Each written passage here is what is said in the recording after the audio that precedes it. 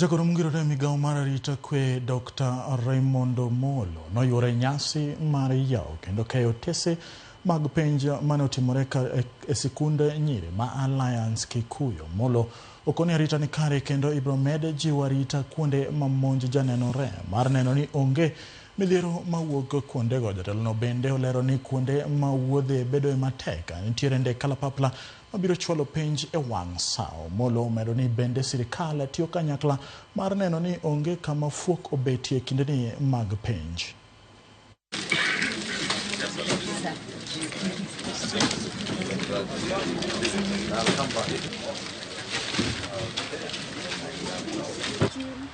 That we work together and we really appreciate the work that you continue to do. And the government has invested a lot in education. Actually, education has the biggest budget line in this country.